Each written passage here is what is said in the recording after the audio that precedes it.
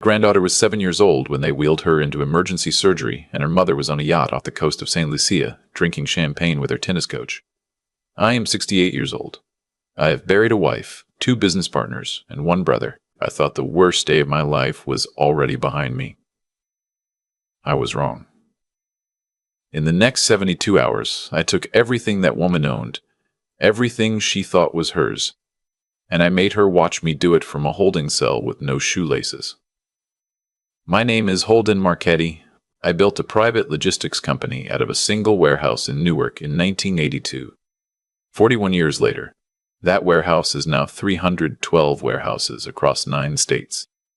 Before I tell you how I dismantled my daughter-in-law in less than 3 days, do me a favor. Like the video, subscribe to Frost Vengeance, and in the comments tell me what city you are watching from. I want to know how far a grandfather's reckoning can carry. The call came at 4:17 in the afternoon on a Tuesday. I remember the time because I had just finished a meeting with my CFO about the Q3 numbers, and I was looking at my watch wondering if I had time for a sandwich before my next call. I will never forget what was on that watch. I have not worn it since. It was my son, Theo. He is 34. He runs the Pacific Northwest Division for me out of Tacoma. Strong man, calm voice, the kind of person who does not panic. Ever. When I heard him on the line, I almost did not recognize him. "Dad," he said. "It's Poppy. She fell. She fell off the second-story balcony at the house. She isn't responding. They're taking her to Mary Bridge." I felt my legs go out from under me. I sat down on the corner of my desk. My assistant was standing in the doorway with a folder she was about to hand me, and I watched her face turn white as she saw mine. "Where are you?" I said. "Where is the mother?" He was quiet for too long. That silence is the silence I remember most from that whole nightmare. It was the silence of a son who already knew something was wrong, but did not have the energy to explain it. "She isn't here," he said. "She is in the Caribbean. She left Saturday." I did not say anything for a moment. Saturday was 3 days ago. Theo had been in Vancouver Saturday through Monday for the regional review I had asked him to run. That meant my granddaughter, my Poppy, my little girl with the gap in her teeth and the laugh she got from her grandmother, had been at home with what? With a babysitter. With a housekeeper. With nobody. Who was watching her, I asked. "The nanny," he said. "Camila. She has been with us 4 years. Dad, I have to go. The ambulance is here. I have to go." "I am coming," I said. "I am leaving right now." I had my jet wheels up out of Teterboro in 51 minutes. That is not me bragging. That is me telling you what fatherhood costs. I have a Gulfstream because I lost too many family events sitting in airport lounges in the 1990s, and I promised myself I would never miss another one. That plane has carried me to 2 graduations, 1 wedding, and 4 funerals. That night it carried me to the worst conversation of my life. I called Theo twice from the air. He did not answer. The second time he sent me a text that said only, "Surgery, 4 hours minimum. Don't call." I stared at that text for a long time. My son does not use abbreviations. My son does not skip punctuation. My son was sitting in a hallway somewhere, watching his only child get her skull put back together, and he could not write a full sentence. I tried his wife next.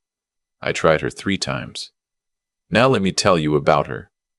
Her name is Sloan. I want you to remember that name, because by the end of this story, I want you to spit it when you say it. She married my son 4.5 years ago in a ceremony I paid for at a vineyard in Sonoma that cost me $86,000. She wore a Vera Wang dress I bought. She drank crystal I bought. She gave a toast about how she had never felt safer than she did in the arms of the Marchetti family. I remember thinking at the time that it was a strange phrasing. Safe, not loved, not happy. Safe. Like a person climbing onto a lifeboat. Sloan was Theo's second wife. The first one, Emma, was Poppy's biological mother. Emma died of an aggressive form of breast cancer when Poppy was 3. Theo was destroyed. I had never seen him like that in my life. I sat with him in his living room for 2 weeks straight after the funeral.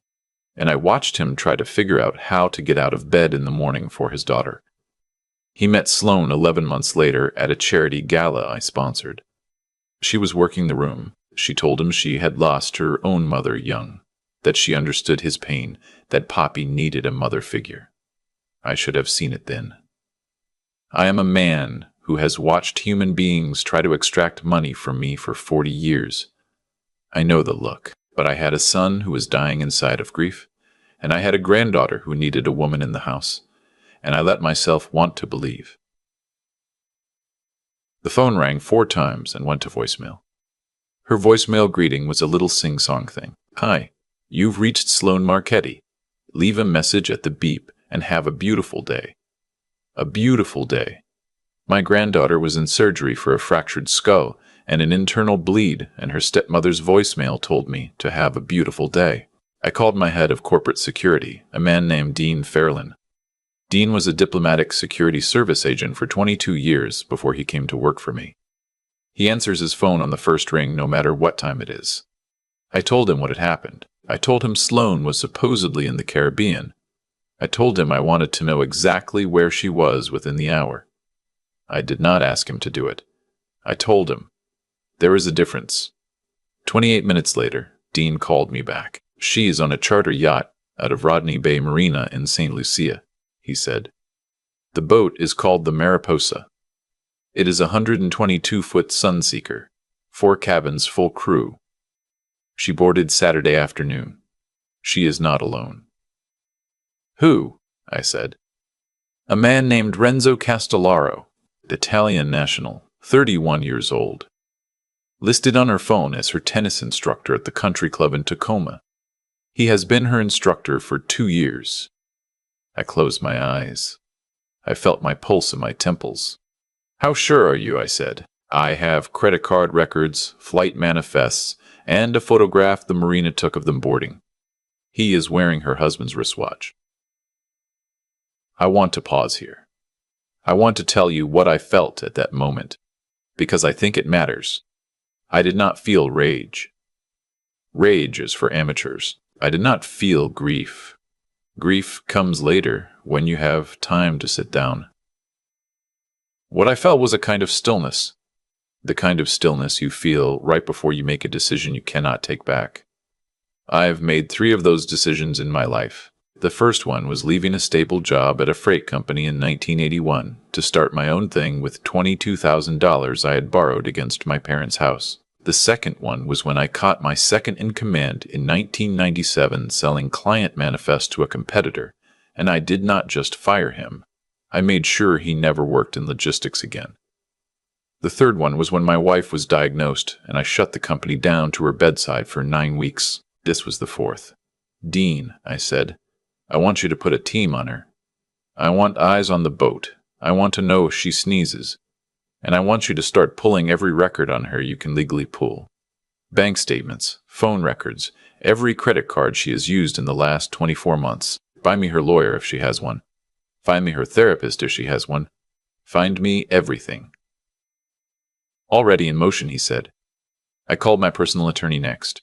Her name is Margulis Chenoweth. She has been my attorney since 1994. She is 71 years old, and she could chew up a Manhattan litigator and floss with their tie. I told her what I knew. I told her what I wanted. How fast, she said. By the time her boat reaches port, I said. She laughed. It was not a kind laugh. Holden, you old wolf, give me until Friday. It was Tuesday night. We landed in Tacoma at 10:42 p.m. Pacific. I went straight to the hospital. Theo was sitting in a waiting room in the pediatric ICU wing. He had not changed clothes. There was dried blood on his sleeve, and I did not ask whose. There was dried blood on his sleeve, and I did not ask whose. He stood up when he saw me, and we did not say anything. I just held him. My son, my 34-year-old son, with a beard he had stopped trimming and shoulders that had carried this family since his mother died, put his head on my collarbone and shook. The neurosurgeon came out at 11:30. Poppy had a depressed skull fracture, a small subdural hematoma, and a broken collarbone. The surgery had gone well. She was in a medically induced coma to let the swelling go down. They would try to wake her in 48 to 72 hours. The doctor said the words, guarded but optimistic. That is doctor language for, I am not promising you anything. I went into the room. Poppy was so small in that bed. Her hair had been shaved on one side and there was a bandage that wrapped around her head like a turban. She had a tube in her mouth and her hands were folded on top of the blanket like somebody had arranged them that way. She had a bracelet on her wrist that I had given her for her 7th birthday. It was a thin gold chain with a charm shaped like a hummingbird. She had wanted a hummingbird because her grandmother used to grow trumpet vines in the backyard to bring them in. And I had told her that her grandmother used to call her my little hummingbird before she was even born. I sat down next to her bed. Theo went to get coffee. I held her tiny hand, and I made her a promise. The woman who left you alone, I said. I am going to take everything she ever wanted, and I am going to make her watch. I went out to the hallway to make calls. The nanny, Camila, had been let go on Saturday morning. Sloane had told her she was no longer needed for the week because Theo's mother was coming to stay. There is no Theo's mother. Theo's mother is buried in a cemetery in New Jersey next to a magnolia tree I planted in 2009. Camila had taken the week to visit her sister in Yakima. She had no reason to doubt the story. She is a kind woman who loved Poppy, and she had been calling Theo's phone every 20 minutes since she heard. Poppy had been alone in the house from Saturday morning until Tuesday afternoon. She had been alone for 72 hours. She had eaten cereal and microwave chicken nuggets. She had been watching cartoons in the upstairs media room when she went out onto the balcony to wave at a neighbor's dog, and the railing gave way. I am going to say that again, so it sits with you. The railing gave way. Theo had been complaining about that railing for months. He had asked Sloane to call the contractor twice. She had said she would handle it. He came home in March and found a contractor's truck in the driveway, and Sloane said it was being fixed. I called Dean. Find me whoever was at that house in March, I said. Find me the receipt. Find me the work order. I want to know if that railing was ever actually repaired. On it, he said.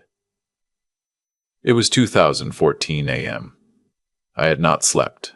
I went down to the lobby of the hospital and stood outside in the cold, and I called Margolis. I want a divorce filed on Theo's behalf at 9 a.m., I said. Adultery and abandonment of a minor. I want a full asset freeze on every joint account. I want her name off the deed to the house in Tacoma. I want her car repossessed. I want her credit cards canceled. I want her removed as the beneficiary on every policy. And I want the police involved. Police on what charge? Margolis said. Child endangerment at minimum, I said. She left a 7-year-old child alone in a house for 3 days. There's a railing in that house that may or may not have been deliberately not fixed. We do not yet know what we are looking at. But I want it on record that we asked the question. Margolis was quiet for a moment. Holden, she said, if that railing was tampered with. I know, I said. You need to be careful, she said. Don't say it out loud yet. Let the investigators say it. She was right. She is always right. That is why I pay her what I pay her. I went back upstairs. Theo was asleep in a chair next to Poppy's bed with his hand still in hers. I covered him with my coat. I sat down on the other side and I started making lists on a yellow legal pad I had borrowed from the nurse's station. By morning, I had a plan. It had 9 parts. By Friday, she would not have a single dollar she could access, a single asset she could sell, a single friend who would return her calls, or a single lawyer in the state of Washington willing to represent her without a retainer she could not pay. I do not say that to brag. I say that to tell you what is possible when a man has 41 years of relationships in a tri-state area and a daughter-in-law who picked the wrong family to take from.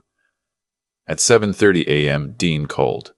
The contractor in March was not a contractor, he said. I closed my eyes. He was her tennis instructor, Dean said. Renzo Castellero. The truck in the driveway was rented from Home Depot. There is no permit on file. There is no work order. There is no receipt. There is also no actual repair. I opened my eyes. I want you to confirm that, I said. I want a structural engineer at that house by noon. Already booked, he said. Send everything to Margolis the moment it lands. Yes. I hung up. I went to find Theo.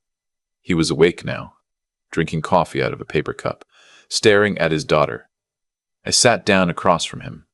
Son, I said, I need to tell you some things, and I need you to listen to me without interrupting. He looked at me. There was something in his eyes that told me he already half knew. A husband knows. Even when he refuses to admit he knows, he knows. I told him everything. The Caribbean, the boat, the tennis instructor, the 2-year affair, the fake repair, the lie about his mother. I watched my son's face go through every color a face can go through, and at the end of it he did not say anything. He just turned and looked at his daughter, and his jaw worked in a way I had not seen since the morning of Emma's funeral. What do you want to do? I said. I will follow whatever you decide. But I want you to know I have options ready. He was quiet for a long time. Then he said, I want her to lose everything before they put her in handcuffs. I want her to know. I nodded. Then that is what we are going to do. By 10 a.m., the divorce was filed. By 11 a.m., the asset freeze was in motion. By noon, the structural engineer was in my son's house in Tacoma taking photographs of a balcony railing that had not been touched by a licensed contractor in 18 years. By 2 p.m., Slowing's joint accounts with my son were frozen. By 3 p.m., the leased Range Rover she drove was reported recovered from the long-term lot at SeaTac. By 4 p.m., every credit card she had a name on was either canceled or maxed by automated holds. By 5 p.m., the house in Tacoma had been redeeded into a trust she had never been named in, a trust I had set up for Poppy 2 years ago, without my son even knowing I had done it. I do that kind of thing for my grandchildren. It is the closest I will ever come to immortality. By 6 p.m., Tacoma PD opened a child endangerment investigation. By 7 p.m., the Pierce County Prosecutor's Office had a copy of the engineer's preliminary report stating that the balcony railing showed signs of having been deliberately loosened. 2 of the 4 anchoring bolts had been removed and replaced with shorter bolts that were not load-bearing. I want you to read that again. 2 of the 4 anchoring bolts had been removed and replaced with shorter bolts that were not load-bearing. That balcony was not designed to fall for an adult. An adult would have leaned against it and probably felt it move and stepped back. That balcony was designed to fall for a child. A small body, light enough to not trigger the warning of a wobble. A small body leaning over to wave at a dog. My granddaughter was supposed to die. I sat in that hospital chair and I felt something inside me that I am going to do my best to describe to you. Even though I do not think there are words for it, it was the feeling of every soft thing in a man being burned out of him in 1 second and replaced with something cold and clean and patient. I was not going to scream. I was not going to make a scene. I was going to sit very quietly and let the entire architecture of this woman's life come down on top of her like a building. Wednesday morning, Sloan tried to use her American Express. She was at a beachfront restaurant in Rodney Bay. The card was declined. Dean had a man at the next table. He sent me a photograph. She laughed it off and used a different card. That one was declined too. Her third card was declined. She tried to call the bank. The bank told her the accounts had been frozen, pending an investigation she was not entitled to receive details about. She called her husband. Her husband did not pick up. She called her father-in-law. I did not pick up either. By Wednesday afternoon, she was trying to charge things to the yacht. The yacht charter company had been paid in full in advance, but extras like spa services and excursions and bottle service are billed at the end. They told her she would need to settle the account before disembarking. She had $11.42 in her checking account, and a frozen savings account she could not access, and a husband who would not answer the phone. By Wednesday evening, Renzo got nervous. He started making calls. He was trying to charter a different boat. He was trying to get to Martinique. He was trying to get to anywhere that was not where she was. Dean had a man on Renzo too. Renzo got on a flight Thursday morning out of Huanora to Miami, alone. He did not tell her he was leaving. He left a note in the cabin that I have a photograph of. It said, "I can't get involved in this. Sorry." He signed it with a heart. A heart. That is the kind of man she chose over my son. Thursday morning, Sloane called Theo 18 times. He did not pick up. She left voicemails that started in a sweet, pleading voice and ended in screaming. She called me 12 times. I did not pick up either. She called Camila. Camila hung up on her. She called her own mother in Phoenix. Her mother's number had been disconnected at her mother's request, after a phone call from Margolis that I do not know the contents of and have not asked. Margolis is very good at her job. Thursday afternoon, Sloane was escorted off the yacht by St. Lucian police for non-payment. Her luggage was held by the charter company. She had her passport, her phone, and a sundress. She tried to check into a hotel. Her cards were all declined. She tried to bribe the front desk clerk. The front desk clerk smiled and said no.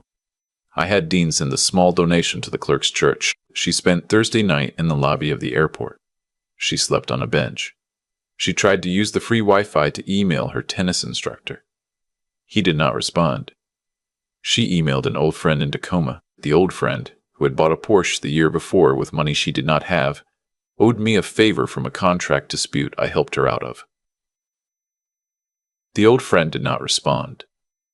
I am not a kind man when my family is threatened. I want you to understand that. I want you to understand that. I am a perfectly civil neighbor. I am a generous donor. I am a fair employer. I am a soft grandfather. But when somebody comes from my blood, I do not call God. I do not call therapy. I call a list of people who owe me a favor, and I begin a quiet and methodical and entirely legal destruction of the person who came for my blood. Friday morning, Margolis got me on a call with the prosecutor's office. They were ready to issue a warrant. Child endangerment with reckless disregard for life. Aggravated, combined with what was now an open assault investigation into the balcony tampering, which would almost certainly be upgraded once the lab results on the bolts came back. The lab results would show tool marks. Tool marks would tie to a specific brand of cordless drill. That brand of cordless drill, Dean had confirmed by Friday afternoon, was the same one Sloane had bought at Home Depot in Lakewood on March 11th on the only credit card of hers that had not yet been canceled, the one her husband did not know about. She bought the drill herself. She did the work herself. She had her boyfriend stand by the truck so the neighbors would think a man was doing it. She loosened the bolts on her own stepdaughter's balcony. Friday afternoon, Poppy's swelling had gone down enough that the doctors began to bring her out of the coma. It was a slow process. She was groggy for an hour. Then she opened her eyes. Then she said one word, "Daddy." I do not have any way to tell you what that was like to hear. I am going to leave it at that. Friday evening, the warrant for Sloane's arrest was transmitted to St. Lucian authorities through an emergency consular request. By that time, Sloane had managed to convince a security guard at the airport to let her into a back office to use a phone. She called her lawyer in Tacoma. Her lawyer told her his retainer had been pulled. He could not represent her further. She called a second lawyer. He had heard about the case. He declined to take it. She called a third lawyer. He laughed. She started sobbing in the back office. The guard escorted her out. Saturday morning, I flew to St. Lucia myself. I want to tell you why. Because I needed her to see my face. I needed her to look me in the eye and know that the storm she was standing in had a name on it. And that name was mine. I arrived at 11:30 a.m. local time. Dean was already on the ground. He drove me to the police station in Vieux Fort. They had picked her up at 7 a.m. She was being held in a small concrete room with a single bench and a slow fan. They let me see her through the bars before the extradition paperwork was finalized. She looked smaller than I remembered. Her hair was matted. She had on the same sundress from Thursday, and she was barefoot. They had taken her sandals because of some procedural thing I did not ask about. When she saw me, her face crumpled, and she ran to the bars. "Dad," she said. "Holden, please. Please. I don't know what's happening. There has been a mistake. I love Poppy. I love her like she was my own. I would never, please." I looked at her. I looked at the woman who had spent 4 years sitting at my dinner table, drinking my wine, kissing my son in front of me, holding my granddaughter on her lap. "I have a photograph," I said, "of the receipt. From Home Depot. For the drill. The cordless 18-volt with the green stripe." Her face did the thing. The thing with a lie underneath. The lie, only live, all collapses at once into the same flat, blank face. She did not even try. "He made me," she whispered. "Renzo made me do it. He told me if I didn't, he would tell Theo about us, and Theo would take everything, and I would have nothing.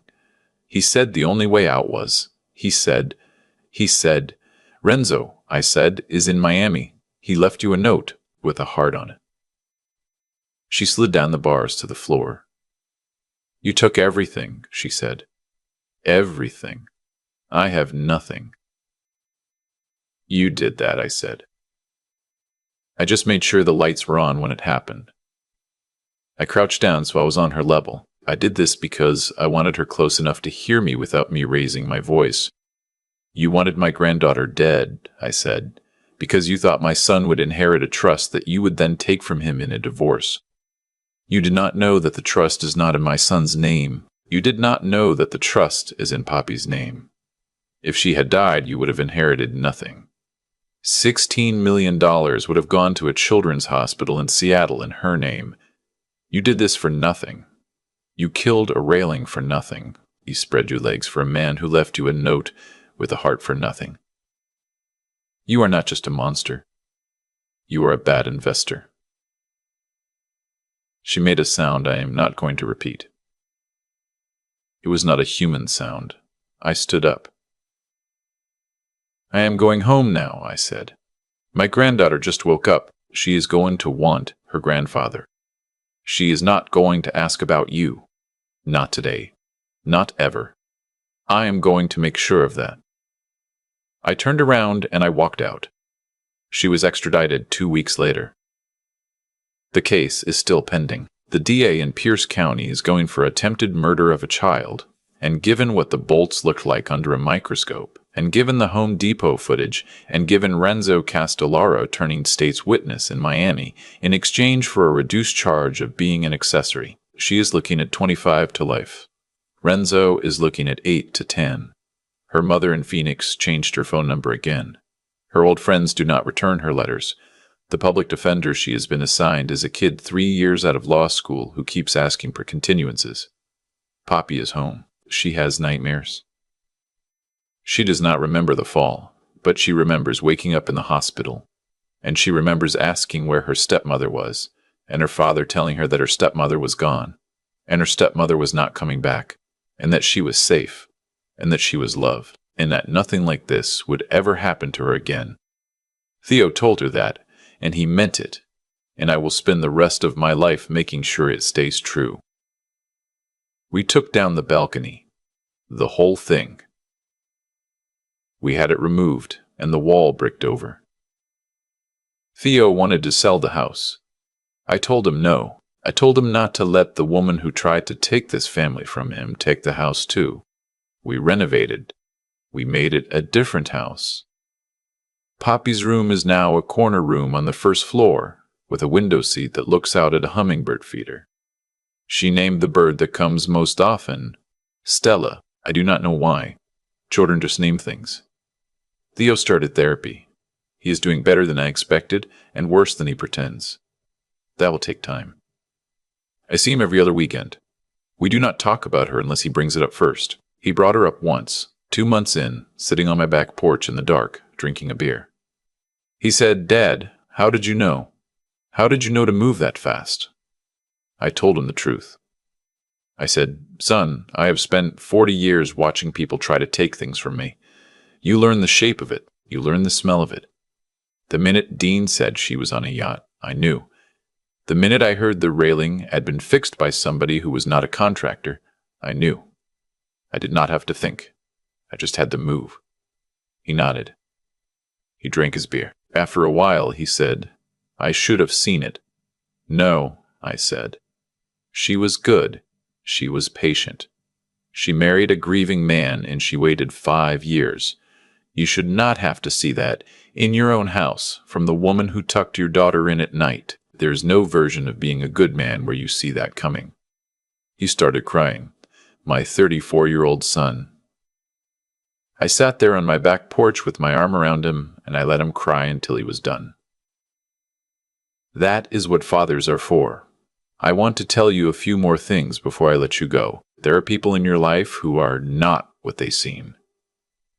There are people who walked into your life through a door you opened at a moment of grief or weakness or loneliness, and they have been quietly mapping the floor plan ever since. I am not telling you this to make you paranoid.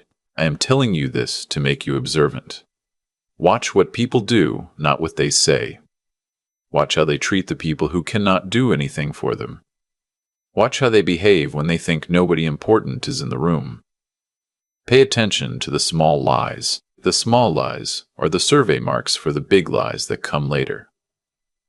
If you are a grandparent and you have a feeling about somebody in your family, do not bury it. Do not tell yourself you are being judgmental. Do not tell yourself it is none of your business. Family is your business. The little ones are your business. If something feels wrong, sit with it. Ask why questions. Look at bank statements when you have the chance. Look at the railing. Look at the railing. And if somebody comes for your blood, do not threaten them. Do not yell at them. Do not give them the gift of knowing you are coming. Be quiet. Be patient. Document everything. Call the people who love you and the people who owe you and build your case in the dark. And when the case is finished, when every door is closed and every account is frozen and every friend is gone, then you walk in and you let them see your face. Once. Just once. For the record, my name is Holden Marchetti. My granddaughter is alive. She turns 8 next month. We are taking her to see hummingbirds in Arizona. She does not know yet. It is going to be a surprise. If you have made it this far, hit that like button. Subscribe to Frost Vengeance. Share this with somebody who needs to hear it. And tell me in the comments, what city are you watching from? And what would you have done if it had been your grandchild on that balcony? I will read everyone. Stay watchful. Stay close to your people. And never, ever, ignore the railing. I have been turning this story over in my head every night since it happened, and I have come to believe that what looks like fate is almost always just arithmetic. Sloane did not stumble into a cell and view a fort barefoot, because the universe spun a wheel. She walked there one small choice at a time. 2 loose bolts in March. A lie about a contractor. A Saturday she chose a yacht over a child. Every one of those was a seed, and seeds grow into exactly what you plant. I did not bring a storm down on her. She planted it herself, and I just made sure she was standing under it when the sky finally opened. I think a lot about what I could have seen earlier. The truth is, I felt something off about that woman the first time she called me Dad at her own wedding. I did not act on it. I told myself I was being a hard old man. I told myself my son deserved his happiness. And for that silence, my granddaughter almost paid with her life. I will carry that the rest of my days. Decency is not just being a kind grandfather at Thanksgiving. Decency is having the courage to ask the uncomfortable question while the answer still matters. If I have learned anything in 68 years, it is this.